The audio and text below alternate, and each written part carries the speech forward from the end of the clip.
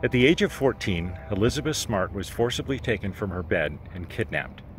She was taken in 2002 and found right here under our noses in the Salt Lake Valley 9 months later, in March 2003. And she's in the news again. Why? Stay tuned and find out on the Goodness James Show, coming right up.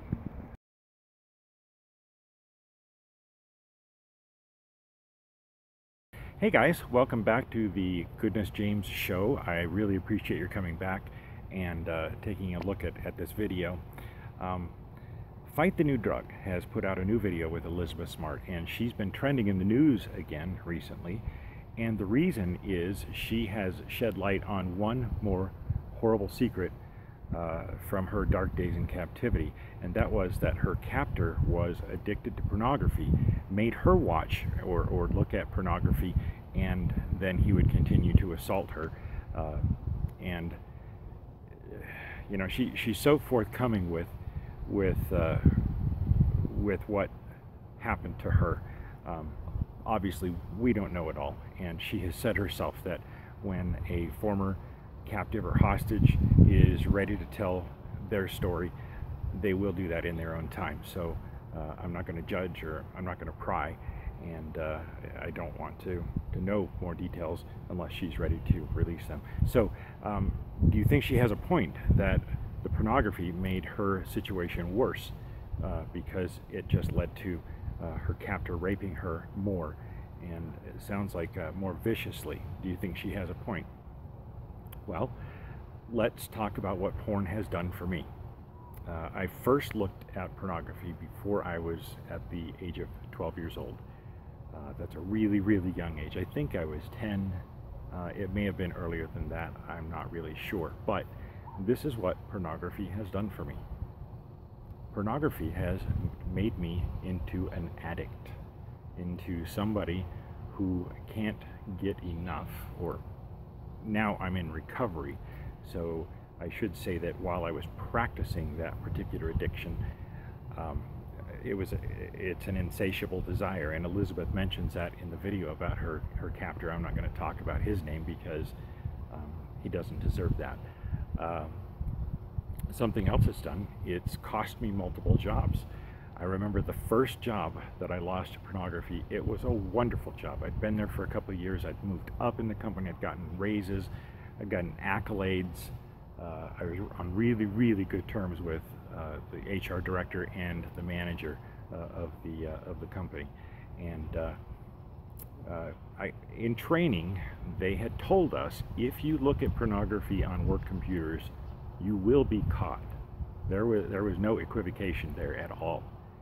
And after I'd been there about 2 years, I was bored on a Saturday, and I started looking at things that I shouldn't have looked at. Not long after that, I was called into the manager's office with the HR director. Again, very, very wonderful people, very good friends at that point in my life and career. And they told me that there had been reports that I had been viewing pornography, and they were going to have to put me on suspension while they decided what to do with me. I was scared, devastated. You can't imagine the feeling unless you've been through something like that. Being fired or being put on suspension for cause, for something you know you did, and you're not wanting these two particular friends to know the dirty details. Well, I went home, and it was over the weekend, and I wrote a letter, and I addressed it to both of them, telling them that yes, I had, and I asked them to make an exception in my case and look on me with mercy. I was called back to work on a Tuesday, I believe, and I was let go. That was the first job. I won't go into details about any other jobs, because with pornography, at least for me and my addiction, it just gets worse and worse and worse. You need more and more and more to satisfy that 800-pound gorilla around. Think of an 800-pound gorilla having you at the prom, and that's your partner, just swinging you wherever the 800-pound gorilla wants to go. But I lost multiple jobs. pornography, one other thing it's done for me is it has killed relationships with family and friends. There may be family and or friends who watch this video and they will know exactly what I'm talking about. And I have apologized and continue to apologize for those behaviors that killed those relationships. And finally, pornography broke up 2 marriages, both of my marriages. 100% of my marriages were broken up, devastated, degraded by pornography. And I know it's not just me. For 4 years, I was involved in the Church of Jesus Christ of Latter-day Saints, or Mormon, their version of the 12-step program.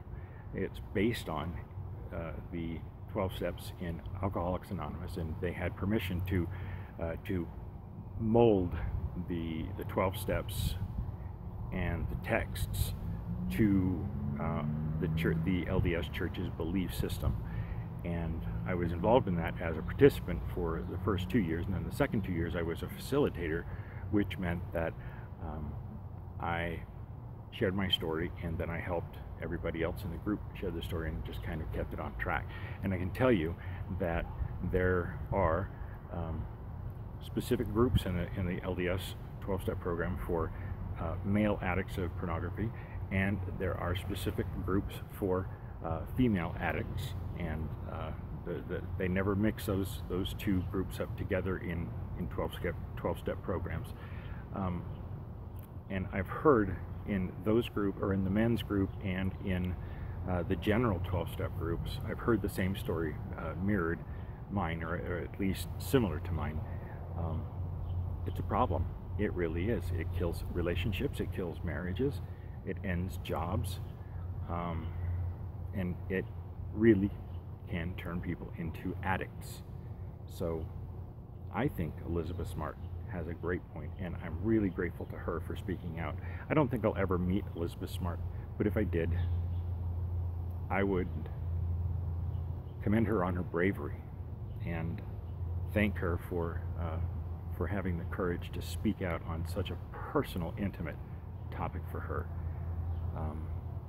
I wish her well in everything. And so that's my video today.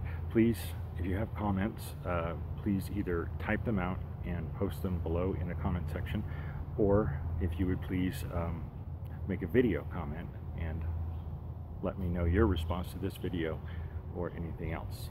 And that's it. Thanks for watching. I really appreciate it.